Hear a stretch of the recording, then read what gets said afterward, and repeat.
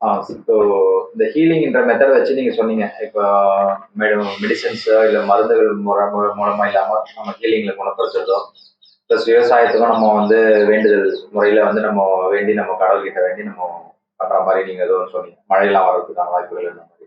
இது மனிதர் கண்டுபிடித்தமான கருவிகள். இப்போ டெக்னாலஜிகளா ஃபோனு, கம்ப்யூட்டரு, எலக்ட்ரானிக்ஸ் இந்த மாரி நெறைய விஷயம் கண்டுபிடிக்கிறாங்க. அதுல ஏதாவது ஒரு ப்ராப்ளம் ஆயிடுச்சுன்னு நம்ம யோசிக்கும்போது, அதுல ஒரு ஹீலிங் மாரி ஆகுறதுக்கு வாய்ப்பு இருக்கா? அதாவது இந்த விஷயத்துல வந்து ஒரு வெளியே சொல்றது கொஞ்சம் யோசிச்சுக்கிட்டு இருந்த விஷயம் தான். சரி, நல்லது. இறைவன் எல்லாவற்றின் மீதும் ஆதிக்கம் இருக்கு. இறைவனோட ஆதிக்கம் சொல்றது, ஆதிக்கம் சொல்றதை விட இறைவன் எல்லாவற்றையும் கட்டுப்படுத்த வல்லவன் அப்படிங்கிறது சொல்லலாம். இந்த அனுபவங்கள் எனக்கு நிறைய இருக்கு. அதில் நான் சொல்றதுக்கு யோசிச்சுக்கிட்டு இருந்த விஷயம் தான். சரி, வாய்ப்பு கிடைக்குது சொல்றேன்.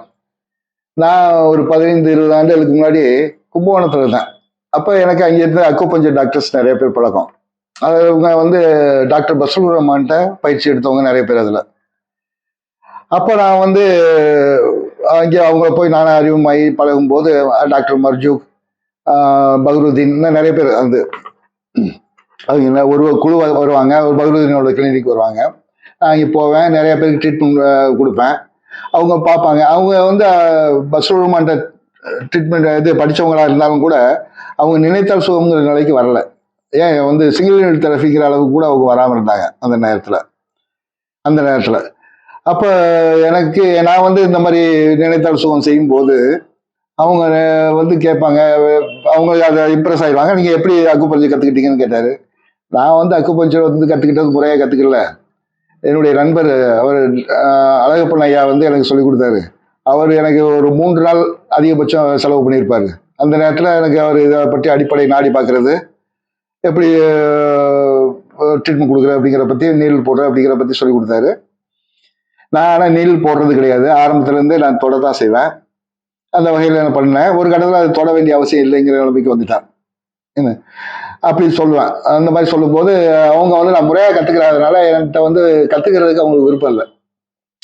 ஆனால் அவங்களுடைய பேஷண்ட்டு சொல்லுவாங்க, நான் சுகமாகிறது பார்ப்பாங்க. ஒரு நாள் வந்து 4-5 பேருக்கு ட்ரீட்மெண்ட் கொடுக்கறதுக்கு வாய்ப்பு கிடைச்சு. அன்னைக்கு வீட்டுக்கு கிளம்பும் போது அவர் பகுரீதன் சொன்னார், டாக்டர் நீங்கள் நிறைய பேருக்கு நீங்கள் சரி பண்ணீங்க, எனக்கு ஒரு பெரிய தொல்லை. வீட்டில் ஒருத்தன் வந்து செல்ஃபோன் ரிப்பேருக்காக கொடுத்தான், வீட்டில் இருக்கு, ஆனால் வந்து சரி பண்ண முடியல என்னால். அதுக்கு ஏதாவது ஒரு ஹீலிங் கொடுக்கல, அது சரியாயிடுச்சுன்னா எனக்கு கொஞ்சம் காசு அதை திருப்பி கொடுக்குற மனசில் தான் இருக்குது அப்படின்னு சொன்னார். அதுக்கு என்ன கொடுத்தா போச்சுன்னு சொல்லிட்டு வந்துட்டேன். அன்னைக்கு இரவு வந்து 12 மணிக்கிட்ட சார்ஜ் போட்டு பார்த்தாரு இருக்கு. பார்த்தா அது வேலை செய்யுது.